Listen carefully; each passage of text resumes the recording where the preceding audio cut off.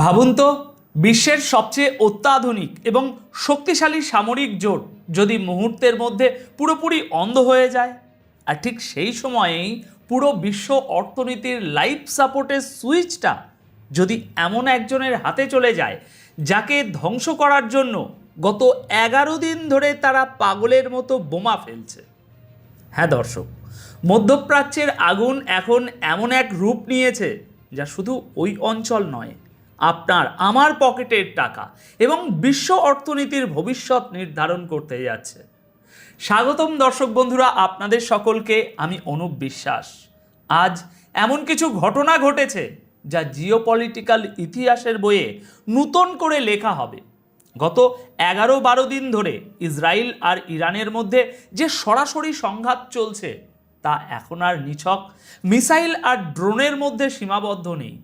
এটা এখন পরিণত হয়েছে মাইন্ড গেম এবং ইকোনমিক ওয়ারফেয়ারে। দুই তরফ থেকেই এমন সব চাল চালা হচ্ছে যা সরাসরি সুপার পাওয়ারদের হাঁটু কাঁপিয়ে দিচ্ছে। আমি একদম পয়েন্ট টু পয়েন্ট আপনাদের সামনে পুরো চিত্রটা তুলে ধরব, যাতে কোনো ধোঁয়াশা না থাকে। তাই কোনো অতিরিক্ত কথা নয়, চলুন সরাসরি খবরে ঢোকা যাক। আজকের ভিডিওতে আমরা মূলত 4টি গেম চেঞ্জিং বিষয় নিয়ে কথা বলবো।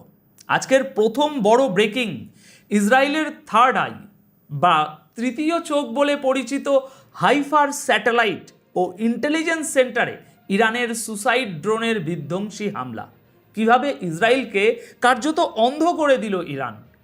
দ্বিতীয় খবর, স্ট্রেট অফ হরমুজ বা হরমুজ প্রণালীতে সমুদ্রের নিচে ইরানের বারুদের জাল, কিভাবে গ্লোবাল ইকোনমির বোতামটা ইরান নিজের হাতে তুলে নিল এবং কেন ডোনাল্ড ট্রাম্প রাতে ঘুমাতে পারছেন না।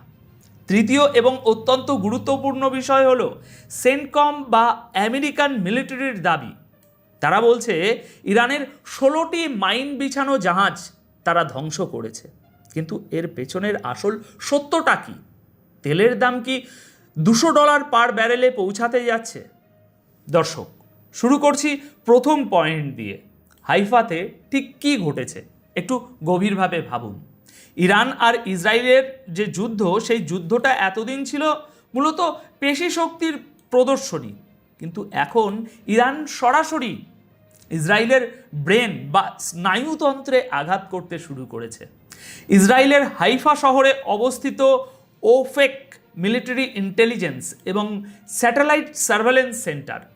দর্শক, এই ওফেক স্যাটেলাইট সিস্টেম হলো ইসরায়েলের জাদুকারী চোখ। পুরো মধ্যপ্রাচ্যে কোথায় কি নড়াচড়া হচ্ছে, ইরানের কোন ঘাঁটিতে কি প্রস্তুতি চলছে, এই সব কিছু ডেটা রিসিভ করা এবং প্রসেসিং করার নার্ভ সেন্টার হলো এই ওফেক। ইরানি ফোর্সেস দাবি করেছে এবং স্যাটেলাইট ইমেজেও তার প্রমাণ দিচ্ছে, তারা সুসাইড ড্রোন দিয়ে একদম নিখুঁতভাবে এই সেন্টারে আঘাত এনেছে। ড্রোনগুলো আঘাত করার পর সেখানে ভয়াবহ বিস্ফোরণ হয় এবং আগুন ধরে যায়। দেখুন, তেহরান আর ইস্পাহানে আমেরিকা আর ইসরায়েল যে বোমা বর্ষণ করেছিল, এটা তার একটা সরাসরি এবং অত্যন্ত ক্যালকুলেটেড জবাব। বিল্ডিং ভাঙলে আবার বানানো যায়, কিন্তু ইন্টেলিজেন্স সার্ভারে আঘাত করার মানে হলো শত্রুকে অন্ধ করে দেওয়া। এর ফলে ইসরায়েলের অ্যাডভান্স ওয়েপেন প্রোডাকশন এবং আগাম নজরদারির যে একটা ক্ষমতা ছিল, সেই ক্ষমতায় একটা বিশাল ধাক্কা খেয়েছে। আর ঠিক এখানেই পাল্টে যাচ্ছে পুরো খেলা। আপনি যখন শত্রুর চোখ উপড়ে নেবেন, তখন সে যতই শক্তিশালী হোক না কেন, তার আক্রমণ আর নিখুঁত হবে না। ইরান ধীরে ধীরে ধীরে ধীরে ঠিক সেই স্ট্র্যাটেজিতেই এগোচ্ছে। এবার আসুন আজকের দ্বিতীয় এবং সবচেয়ে ভয়ঙ্কর খবরে। দর্শক, পৃথিবীতে তেলের যে সাপ্লাই চেন, তার সবচেয়ে সরু এবং সবচেয়ে গুরুত্বপূর্ণ গলার নলি হলো স্ট্রেট অফ হরমুজ। বিশ্বের মোট জ্বালানির তেলের প্রায় 20-25% এই পথ দিয়ে যায়। আমেরিকান ইন্টেলিজেন্সের রাতের ঘুম হারাম হয়ে গেছে এটা দেখে যে ইরান এই হরমুজ প্রণালীর সমুদ্রের নিচে নেভাল মাইন বা বারুদি সুড়ঙ্গ বিছাতে শুরু করেছে। দেখুন, আকাশে ড্রোন বা মিসাইল উড়লে র্যাডার সেটা ধরতে পারে, আয়রন ডোম বা প্যাট্রিয়ট সিস্টেম দিয়ে সেটা ধ্বংস করা যায়, কিন্তু সমুদ্রের নিচে ঘাপটি মেরে থাকা নেভাল মাইন, এটা হলো সাইলেন্ট কিলার। এটা র্যাডারে ধরা পড়ে না। ইরান যদি এখানে কয়েক হাজার মাইন বিছিয়ে রাখে এবং শত শত ছোট স্পিড বোট দিয়ে ওই এলাকা ঘিরে ফেলে, তবে এটা মুহূর্তের মধ্যে একটা মৃত্যু ফাঁদে পরিণত হবে। ডোনাল্ড ট্রাম্পের মতো মানুষ, যিনি কিনা সাধারণত হুঙ্কার দিতে ভালোবাসেন, তিনি রীতিমতো সোশ্যাল মিডিয়ায় এসে পোস্ট করে হুমকি দিয়েছেন এই বিষয়ে। তিনি কি বলেছেন শুনবেন? তিনি বলেছেন, ইরান যদি মাইন না সরায় তবে তাদের এমন পরিণতি ভোগ করতে হবে যা দুনিয়া আগে কখনো দেখেনি। কিন্তু একটু খেয়াল করুন দর্শক, ট্রাম্পের এই হুমকির পিছনে লুকিয়ে আছে চরম একটা ভয়। কারণ ট্রাম্প খুব ভালো করেই জানেন এই বোতামটা এখন আর ওয়াশিংটনের হাতে নেই, এটা তেহরানের হাতে। ট্রাম্প একদিকে যুদ্ধের হুমকি দিচ্ছেন, অন্যদিকে বলছেন তোমরা যদি মাইনগুলো সরিয়ে নাও, ভালো করে শুনবেন এই জায়গাটা, তোমরা যদি মাইনগুলো সরিয়ে নাও তবে আমরা শান্তির পথে হাঁটতে পারি। এটাকে আপনি কি বলবেন? গাজোয়ারি নাকি নিরুপায় একটা আত্মসমর্পণ? এবার আসি তৃতীয় পয়েন্টে। আমেরিকা কি চুপ করে বসে আছে? সে তো একদমই নয়। তারা দাবি করেছে হরমুজ প্রণালীর কাছে ইরানের যে ওই ছোট ছোট জাহাজগুলো ওই মাইন বিছাচ্ছিল, সেনকম বা American central command preemptive strike করে সেরকম 16টি জাহাজ ধ্বংস করেছে। তারা এর ভিডিও ফুটেজও ছেড়েছে, যা আপনারা আমাদের স্ক্রিনে অলরেডি দেখে নিয়েছেন বা দেখছেন এই মুহূর্তে।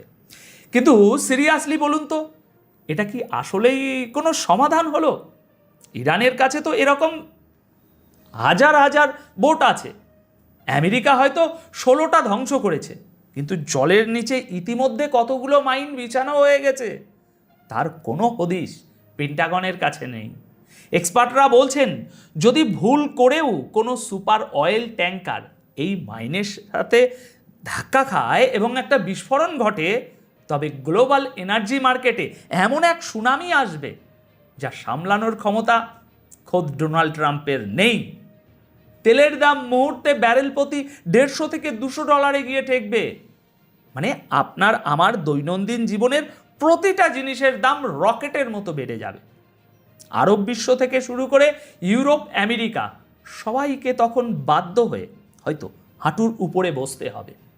আমেরিকা এই মুহূর্তে হরমুজের আকাশে নেভি আর এয়ারফোর্সের চক্কর কাটাচ্ছে ঠিকই, কিন্তু সমুদ্রের নিচের ওই অদৃশ্য আতঙ্ক তাদের স্নায়ুর উপর প্রচণ্ড চাপ ফেলছে।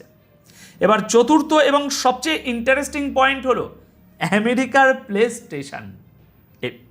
দর্শক, যুদ্ধ শুধু গোলাগুলি দিয়ে হয় না, ইনফরমেশন বা তথ্যের যুদ্ধটাও সমান জরুরি। ওয়াল স্ট্রিট আর গ্লোবাল মার্কেট যখন ভয়ে কাঁপছে যে হরমুজ প্রণালী বন্ধ এই বুঝি হয়ে গেল, তখন আমেরিকার এনার্জি মিনিস্টার একটা বিশাল বড় টুইট করে বসলেন। তিনি অত্যন্ত গর্বের সাথে দাবি করলেন, আমেরিকান নেভির পাহারায় আমাদের অয়েল ট্যাঙ্কারগুলো নিরাপদে হরমুজ প্রণালী পার হয়েছে, চিন্তার কোনো কারণ নেই। তাদের উদ্দেশ্য ছিল পরিষ্কার, মার্কেটকে শান্ত করা এবং নিজেদের ক্ষমতার জাহির করা।